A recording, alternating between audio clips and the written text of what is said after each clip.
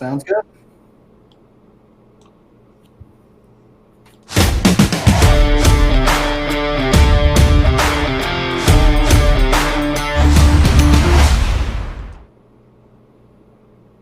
How's it going, football diehard stream watchers? Week 1 is in the books. Lots of crazy wide receiver performances. It's kind of what stuck out to me, and just some fun offense. Bobby, variance got Bobby. That's the worst, you know. You just hate when randomness is the only thing that holds you back. But as much as I could, I didn't have a great week. I think I broke even. So, you know. Yeah, I didn't break even. I got crushed. Variance was not very helpful. I think I had George Kittle in cash, and they took away 2 touchdowns. And then I moved off the San Fran D, and the pick 6 kind of brought me under the cash line. So it's a week 1 to forget. I had San Francisco D, which was the GOAT. That's a solid variance. Helps your boy out on that one. Two pick 6s is always nice.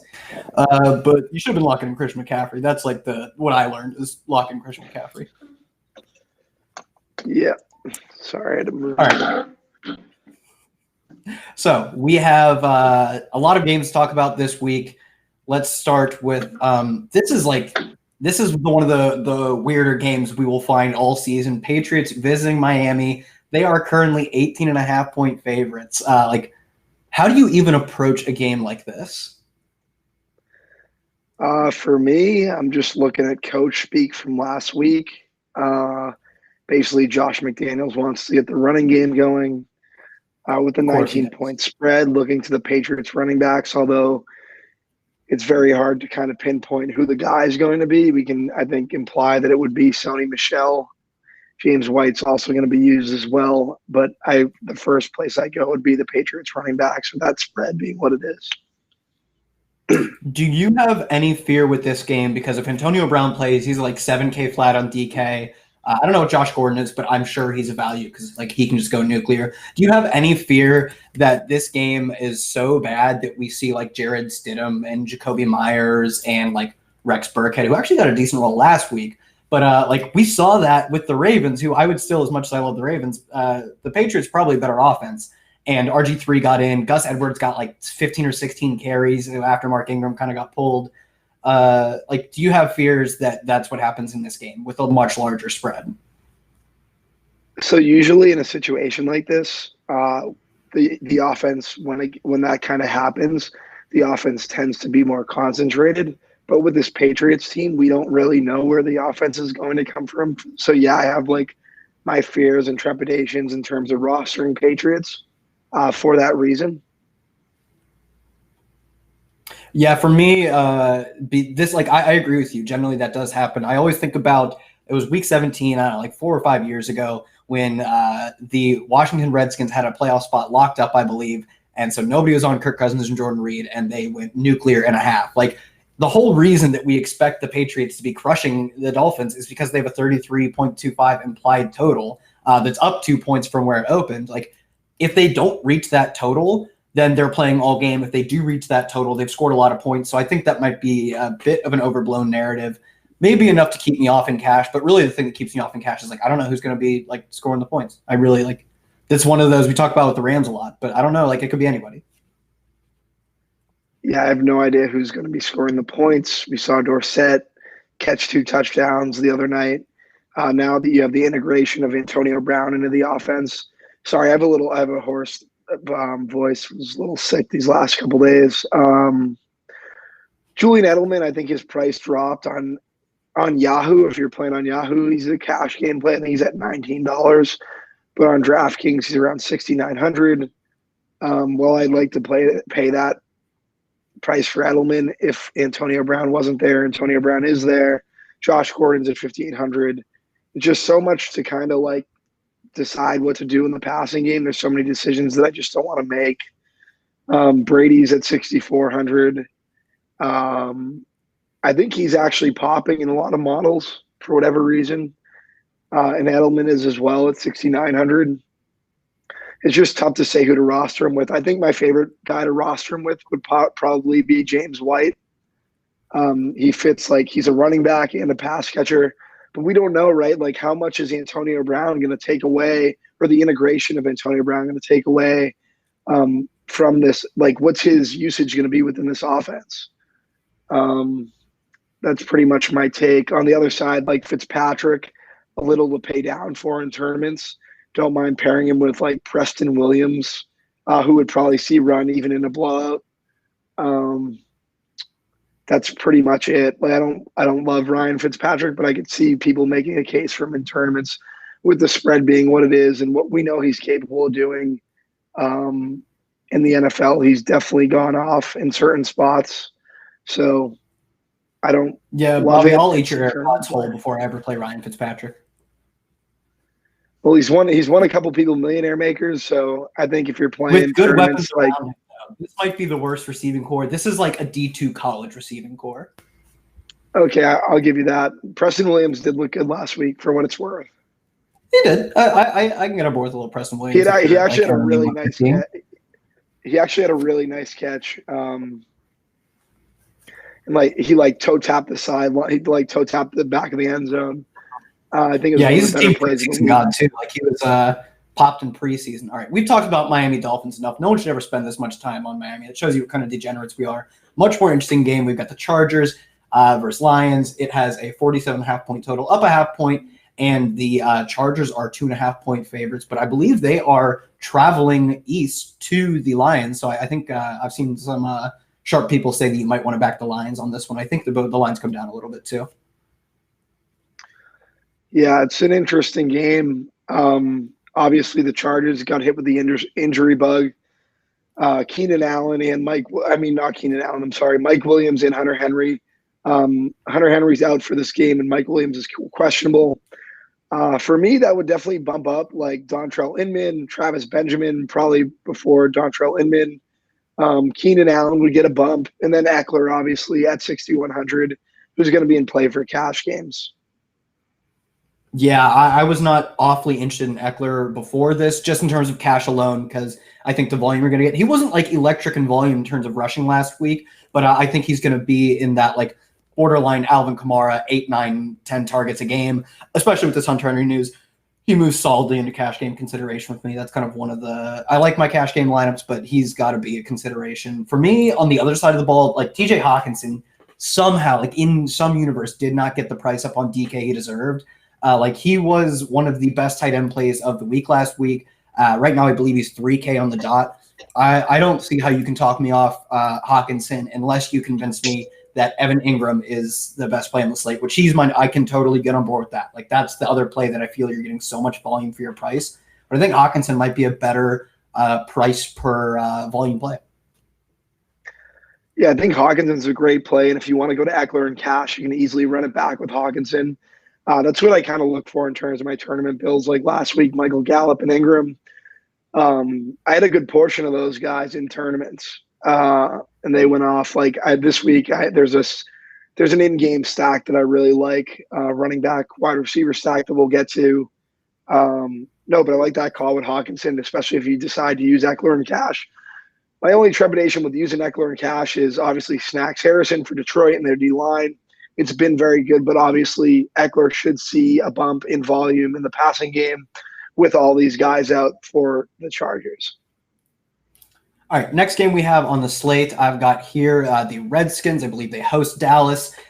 This is supposed to be it was supposed to be a really not that close game. Dallas were 6.5 point favorites. The line's come down 2 points, but the total has gone up, which is interesting to me. So really, it's just we expect the same thing from Dallas from where it opened for the most part, but people are high on Washington. My question for you, and I already know my answer, are people overreacting to Case Keenum and Washington being good at football? Because for me this week, like the only guy I want on this team, like I'm fading the Terry McLaurin. I am all about that Chris Thompson life. I like my running backs that I have, like Josh Jacobs more than him in cash, but in tournaments, I don't know if you can do much better of a play for your dollars. Yeah, I really like Chris Thompson. I think he's a good play at 3,900. They're going to be down in the passing game, and he's been utilized. Case Keenum loves to check down. McLaurin, I'm with you. I'm not on McLaurin. He's not someone I want to roster. And on the other side of it, Michael Gallup is a guy that I am all over this year. 5,600, still too cheap for Gallup. And he's someone I'd be looking to roster, especially with Amari Cooper likely seeing coverage from Josh Norman. So Gallup would be my favorite play on the Dallas side.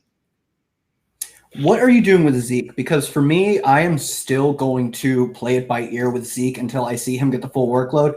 If this were a different slate where we didn't have Alvin Kamara and we didn't have Saquon, if they were on some sort of primetime game, I would be more interested in, the best running back on the slate being Zeke. But for me, Alvin Kamara is a better play than him.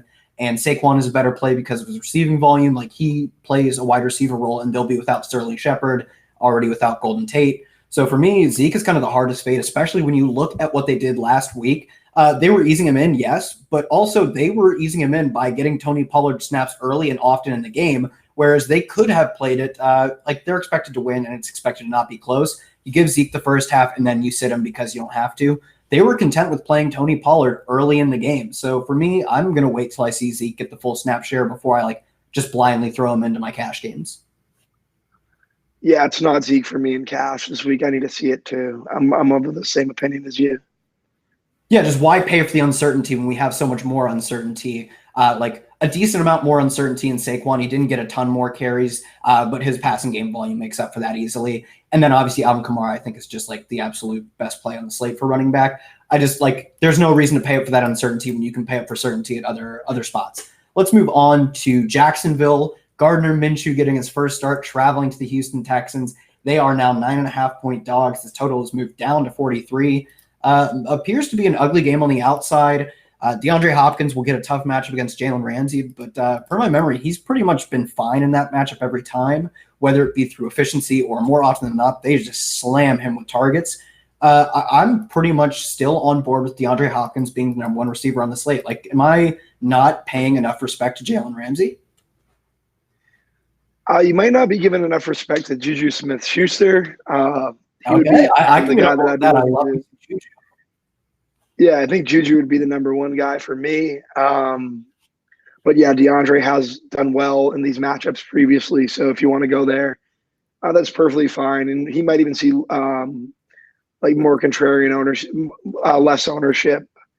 Will Fuller would be someone for me as the off receiver in this situation that I'd be looking to target. And I also really love the Houston Texans defense. I think they're a staple in cash games this week. Going against Gardner Minshew. The thing is with Minshew, he actually looked kind of good versus KC. DD's in a great spot at 5,400, but I'm just not going to go there. Even though he could be cash game, he could be considered in cash. For me, it's just there's too many question marks in this passing offense, and I like Houston defense. So it's not something I'm going out of my way to get exposure to. Yeah, I'm completely on board. Houston defense for me is just the absolute lock. I get Minshew looked good, and I think he was not an awful prospect coming out of college. He had the Washington State boost of playing under the most prolific offense year in and year out, but he threw 4,700 yards and 30 plus touchdowns in his final year. However, the NFL didn't seem to care, took him in the 6th round by the Jags, and he's making his first start on the road as a major dog against a defense that can make plays. I'm just I'm shocked that Houston is not a higher priced option in terms of they're 2,800 on DK. They are breaking models as the top overall scorer depending on the model you're looking at, and they're not even close to top overall pricing. I'm locking them in and forgetting about it. And yeah, I like D.D. Westbrook, but I'm not really inclined to run a receiver back with the opposing defense unless I think it's a high total situation where I think it's just turnovers are what's going to cause that and touchdowns. Whereas this could just be a slower paced game where Gardner Minshew gets picked off once or twice and screw it, just throw Fournette in, let's call it a day. So for me, I like Hopkins as he had over 200 air yards last week. It's kind of absurd, but for the price, I'm excited to hear you talk about Juju because he's my number one owned receiver in best ball. So I'm excited to get to that. But before we get there, San Francisco in the game that was the most disappointing of last week cost you and I both a lot of money playing Cincy, who may be challenging. Yeah, we need to move on because it hurts my soul. It's rough. Yeah, I don't know what San Francisco is doing. Breda would be in play, but Breda, every time I've rostered Breda, he gets hurt. I just can't play that guy. Dude, you have to. And then I don't know what they're doing. I don't know what they're doing in terms of their running back situation. I don't know what they're doing in terms of their receivers. Gonna wait to hear people's snap counts. I think they were out, but I don't know. It's not a side that I love, even though the situation is pretty great for Cincinnati. George Kittle, 6,800. Can your team not get penalties when you score touchdowns? I don't know if that's possible at this point. So I don't know. I'd like to roster Kittle. Everyone else, not interested. On the Cincinnati side, Tyler Boyd, good play, 6,500. John Ross, fake good play, but might be a good play. So he has to be considered in cash games. But if you play him in cash, you're not doing it right. I was going to say something else, but that's pretty much my feelings. Yeah, I agree. John Ross was a fake good play last week that turned out to be a good play. I don't know. Maybe he's good. I doubt it. I don't think he's a good player. He's had 2 years of being utterly awful. So I'm not going to take one game and overreact. I do agree, like, the type of routes he gets and the type of athlete he is. Like, he played cornerback in college and transitioned to wide receiver and then balled out at wide receiver. Like, you can't deny the type of athlete he is. So for me, like, yeah, sure. Is he in play in tournaments? I guess so. I need to get you back on the Matt Breida train. He got 15 carries. Tevin Coleman is definitively out. I think they see him also like as their receiving back of sorts. Last year, he got 31 targets, converted 27 of them. He's like incredibly efficient. He's sort of if Chris Thompson or Giovanni Bernard were to get that full workload. And like by full workload, sure, Raheem Mostert's going to cut in, I don't know, 7-8 carries at least. But for me, it's like I'm super interested in Matt Breida in tournament. Yeah, like there are better values in cash. I've rostered him 5 times in the history of like his relevance in DFS. He's left the field every game I've rostered him for an injury or like some issue. Dude lives out there all the time. But like, what are you doing? Like, just play the whole game. I don't know. I just can't. I can't do it. I can't bring myself to do it. Yeah. One other note, just I have like the most donkey pricing I've ever seen on FanDuel. If you look, John Ross is priced higher than Tyler Boyd. If you play FanDuel, like leverage that. Come on. What are you doing, FanDuel? Come on. Be a real DFS site. All right. Let's move on to Buffalo. For me, Saquon is firmly in play in cash game, given that I'm off Zeke, and I like the savings I can get in other positions. And Josh Allen is maybe the best cash game quarterback. People will say at football that I say, like, I honestly could not care less. Like, I'm not playing a game of football. I'm playing a game, like a strategy game. This is like strategy and decision making.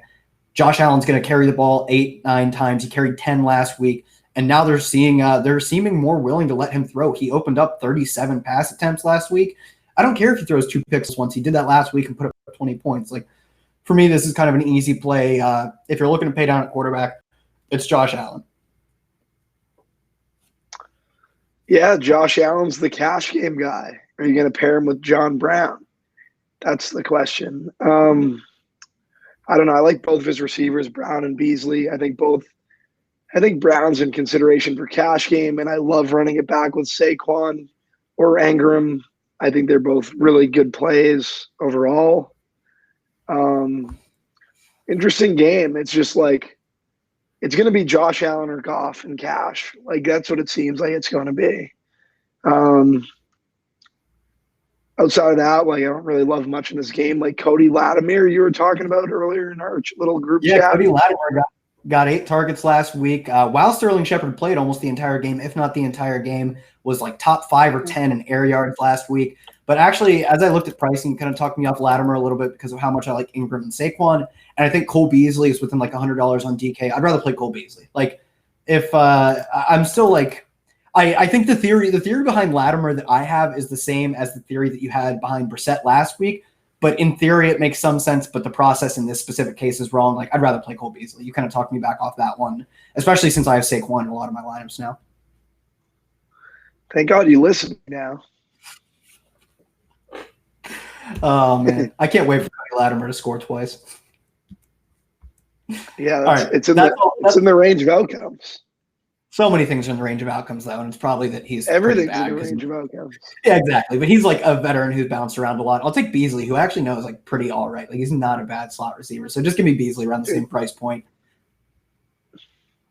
What is wrong? Let's move on. Camera? That's probably because you're on it. It's like, no, please don't. No more. Yeah. That's exactly what's going on. I have no clue. All right, let's move on past the camera woes into the woes of another team. The Minnesota Vikings had a good game last week, like undeniably 28 points, and I think they put all 28 up as like 28-0. Let their foot off the gas, and Atlanta put up 12. Facing the Green Bay Packers, Packers at home hosting the Vikings are about 3-point favorites, 44-point total. The Vikings seem to want to play 1950s style football. Kirk Cousins threw the ball 10 times. Last week he threw 10 times more than I did in the NFL. That's insane. Like they honestly don't care about how it's shocking too, because I've talked to Rick Spielman, their GM. He's a sharp dude. Maybe it was just game script, but you think even in the best possible game script, 10 passes seems like willfully ignorant. What do you do when you see this kind of absurd, unrealistic football? Wait, whoa. What are you doing talking to NFL GMs? He came to my college once and he saw me taking notes and we talked for a little bit. Oh, there you go. I think it's something. Yeah, no. Yeah. If the game's in Green Bay, so Dalvin Cook should be a big part of what they want to do on offense, just because they want to keep Rodgers off the field. I like Cook, man. I don't know if it gives Thielen or Diggs any boost. Diggs is pretty cheap at 6,300. On the other side of it, Devontae Adams I like a lot. Everyone else I have no interest. Geronimo Allison, Valdez Scantling, like who knows? Valdez maybe in the slot. Slots for Minnesota versus Minnesota. Some of that Xavier Rhodes usage gets funneled to Valdez. I don't know. There's not many plays in this game. Yeah, this game doesn't have a high enough total that I want to move down to the risky plays like Geronimo Allison, like Valdez Scantling, even Aaron Jones. Like if this game has a 48-point total, like we saw, Green Bay lights it up in week 1. They destroy the Bears offense and people think they're going to come out swinging this week. You get a 48, 49-point total. Sure, I'll throw out some Valdez Scantling, but like, no, in a 44-point total, I like Dalvin Cook because all they want to do is run the ball. And in tournaments, Diggs at 6,300. Like this dude, like I'm glad you brought that up because I just kind of I glossed over him when I was looking at my initial run through. That's actually a really sharp play, especially given that like he was not a play last week. Nobody's going to be on him, or at least not as much as they should be. Dude's got like game-breaking upside in any given week. He's such an incredible athlete, such a great he just does everything so well. That's actually a super sharp call. I gotta if you see me looking off to the right, sometimes it's at my at like Vegas totals and stuff. This one's to take notes down. I got to put him in the lineup. Yeah, I would definitely look to be overweight on Diggs if you're MMEing. I don't know how many people that listen to this pod actually MME, but he would be someone I'd be overweight on in terms of my exposure. Yeah, I mean, even if I think if you do the 3 max or 20 max, like especially like 20 max, like I'm finding spots for him in there, and like if you want to be contrarian in your 3 max, I'd find firing that up too. Like I don't hate it. Let's move on because that game not awfully interesting. This one much more interesting to me at least, and obviously to you, I guess. Seattle traveling towards Pittsburgh. They have a pretty solid total, 46.5. Pittsburgh -4 favorites, despite getting just annihilated by the Patriots. But for me, I think that set up well for a Patriots win. Give Bill Belichick the entire offseason to scheme around Pittsburgh's one true weapon in Juju. And yeah, he's probably going to shut him down. I don't think that has much bearing on how I feel about Juju, but the question is talk me up over DeAndre Hopkins with him. Because for me, he's like a top 3 play. I just want to know if he's the number 1 play. Did you see Seattle's defense last week versus John Ross? That's all I know. Tyler Boyd. Okay. So to me, the question then becomes: do you go down to James Washington? Because not on my life am I playing down. James Washington was a big air yards guy last week. Didn't convert on them, but I'm totally willing to just double down on the air yards. Get him back in there. I like kind of running this game with a few players: Juju, James Washington. I can totally see Chris Carson, given that he got 7 of Seattle's, I want to say 20 targets that went around. I don't hate him. They were he's a 3-down back at this point. You can't deny that the way they've used him, the way they've talked about him, they don't care about Rashad Penny. Carson's very good. I just look at what we basically saw from Sony Michel and a Patriots team that wants to run the football and is good at running the football. And Pittsburgh basically stymied their run game. For me, it's I think there could be better plays.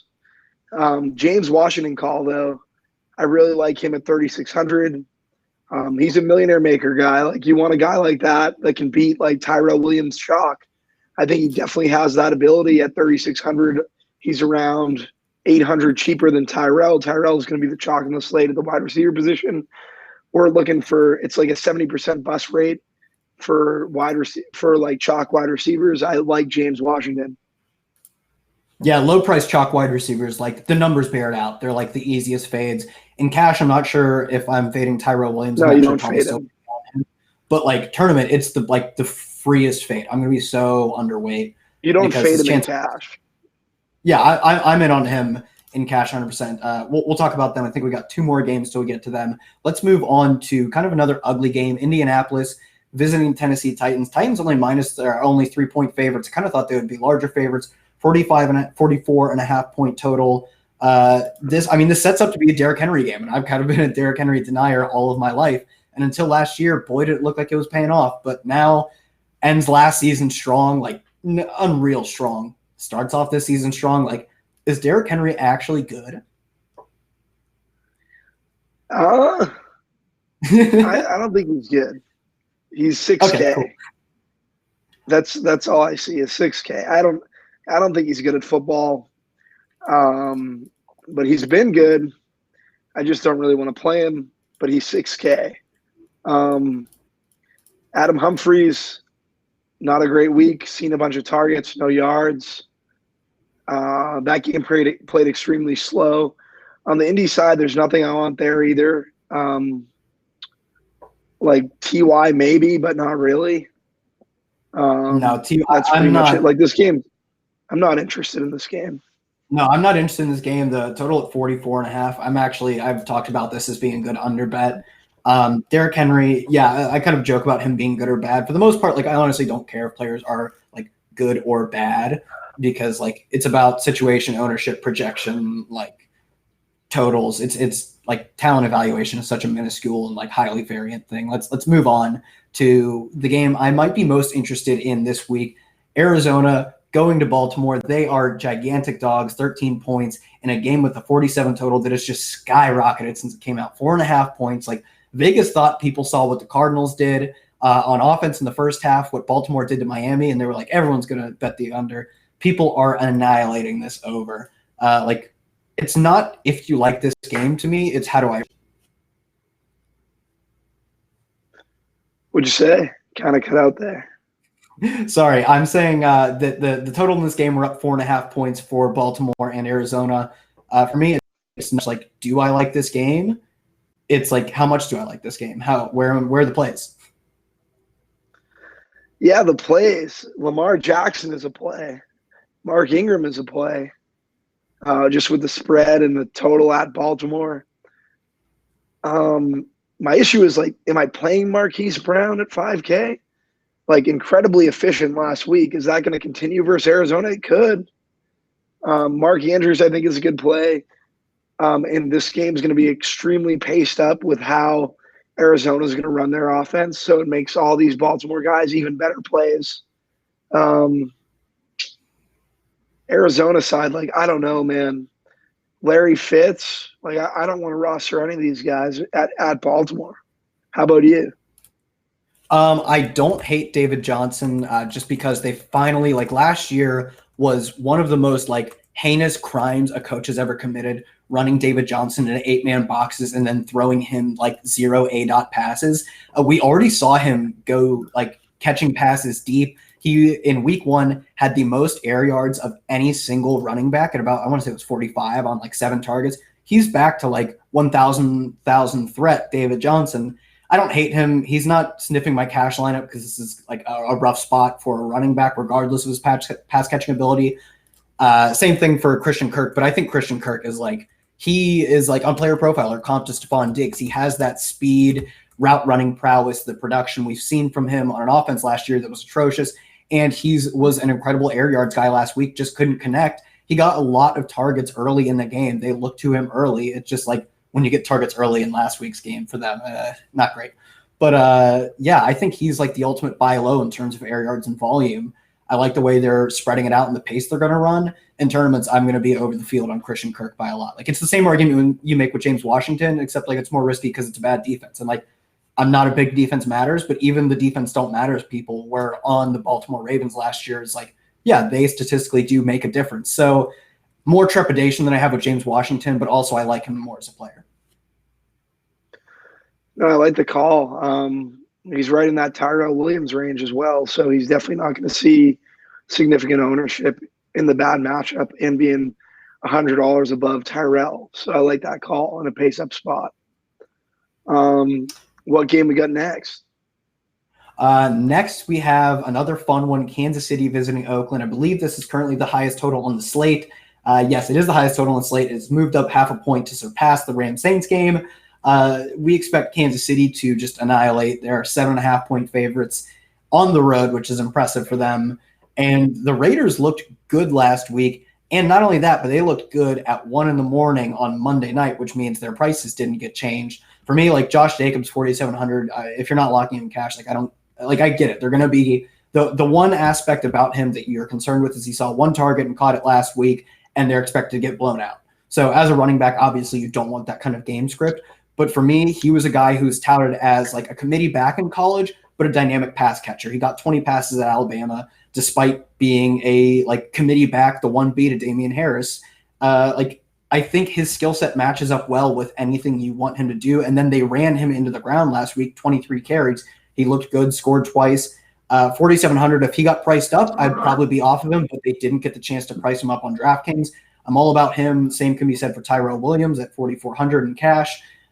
In tournaments, I like the fade just because we know how hard they bust, but you don't do that in cash. And then it doesn't really fit into my structure, but Darren Waller, a little above 3K, I think, if that's right. Another great play, just like he was on Monday. It's just my roster construction is letting me either pay up to Evan Ingram or in the same price range, roughly, I do like TJ Hawkinson a little more.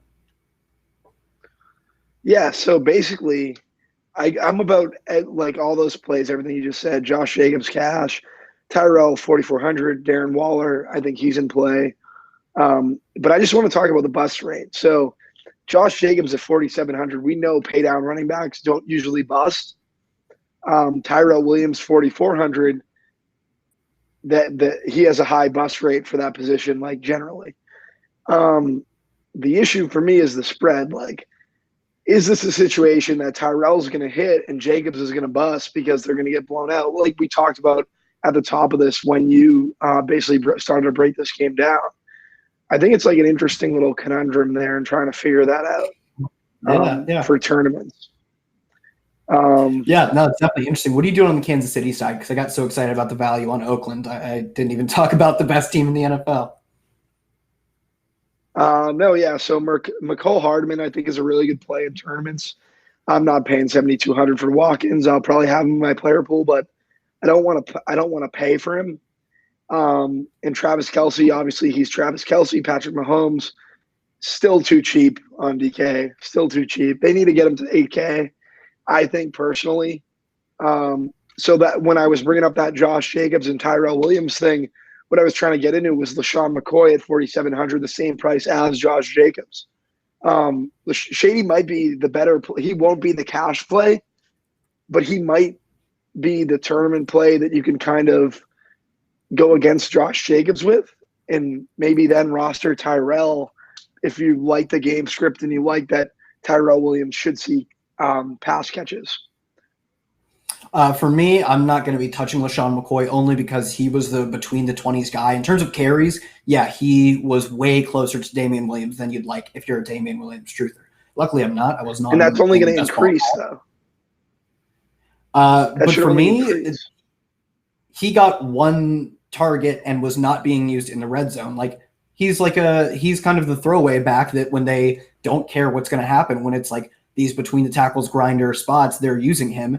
And when they're in the red zone, which is like, that's what the Chiefs do. They get to the red zone and they pass the ball. That's all they use Damian Williams for. So for me, I'm either staying away or I'm going to maybe be a little overweight on Damian Williams just because I don't think he's going to be popular. But in general, this backfield's just stay away from me. All right. Let's get on to the next one. All right. Next game on the slate we have is The Broncos are hosting the Chicago Bears. They are 2.5-point dogs. The Broncos are. I like Cortland Sutton in this game. He was 4,200, or he is 4,200 for the same reason that we saw Tyrell not get priced up and Josh Jacobs played in that late game. Had a really good game. Didn't get priced up. Outside of that, I have like next to no interest in this game. Really, I don't like the Bears' offense looked atrocious, and Mitch Trubisky was kind of gimmicky last year, and those gimmicks might be gone now. I just like, is there any reason to care about this game? It's a 40.5-point total. That's the lowest of the slate. It's not even particularly close. Yeah, I like Tariq Cohen. I just think he's in at 4,500. If he gets the rushes, I know he didn't last week. He's doing enough in the passing game as well to where he could be viable, and he would likely be another fade of Josh Jacobs. So he's going to be likely pretty chalky. Okay. What do you think of Cortland Sutton at 4,200? He's a guy who I wasn't too keen on, but the models I've been looking at seem to really like him, which makes sense. He gets that same benefit of having a good Monday night and not getting the price up. Is he, what kind of consideration are you giving him in both cash and tourney? Yeah, I guess he's a big play guy. So in multi-entry, he's someone I'm targeting, but I don't know if I'd have too much for Chicago. Like, he's like the type of player I'm targeting, but I doubt I'll have any with this matchup. All right, this game sucks. Let's move on to in contention for the best game of the slate up there with Kansas City is the Los Angeles Rams are going to host the New Orleans Saints in a game that has produced fireworks on numerous occasions. I think it has the best running back of the slate, some of the best value wide receivers, one of the best quarterbacks on the slate. You want to hop into what you want to do. I guess I would start with the receivers for the Rams because that's sort of the conundrum we face with them every week. And also, where does Todd Gurley fall in for you? Because he kind of just looked like dust last week. Yeah, so this is the game stack that I was talking about earlier. And it would be Alvin Kamara and Cooper Kupp. I just think there's so much equity within these two players on the slate. The usage is going to be very high, and it makes you have New Orleans as running back running it back with the Rams' number one basically offensive player at this point. Like you said, Gurley's dust. Like, this offense is going to go through Cooper Kupp. I expect him to be a little slightly owned. I think people will go to Brandon Cooks. Under owned. I mean, I think he'll definitely have ownership, but I don't think it's going to be as high as like other receivers on the slate. And for 6K, I just think he's a really great play on the slate. Yeah, I'm not all about that Brandon Cooks. I like Cooper Kupp a lot. My only question would be Robert Woods out-targeted, out-caught in both receptions and receiving yards, and was the air yards leader compared to Cooper Kupp. Both of them were the clear plays last week over Brandon Cooks in terms of volume targets.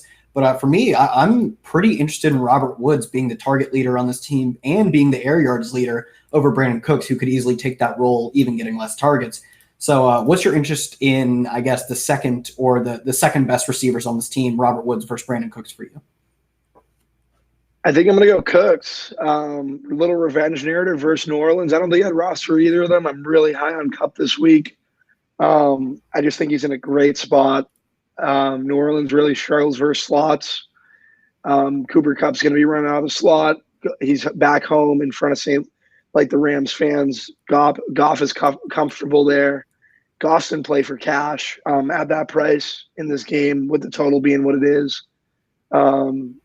And that's a good stack, like Goff to Kupp or Goff to Woods, Goff to Cooks, and then running it back with Alvin. It would be definitely something that will be pretty popular in tournaments, I would imagine. Yeah, so you haven't mentioned yet, or at least maybe not enough, the New Orleans pass catchers. In Michael Thomas was kind of one of the best plays of the slate on that short Monday night slate. He was one of the best plays so many weeks last season. What are you doing with him, especially considering how locked in you are on Alvin Kamara? And I am 100% with you. Like, for me, it's all Alvin Kamara, it's cash, and I'm going to be overweight in tournaments. I just think he is that Christian McCaffrey level lock. I don't almost care about the ownership. It's going to be too low. Yeah, Thomas, you should be overweight on too. Like, he's a great play. Is he my favorite receiver on the slate? Like I said, point per dollar, I like Cup.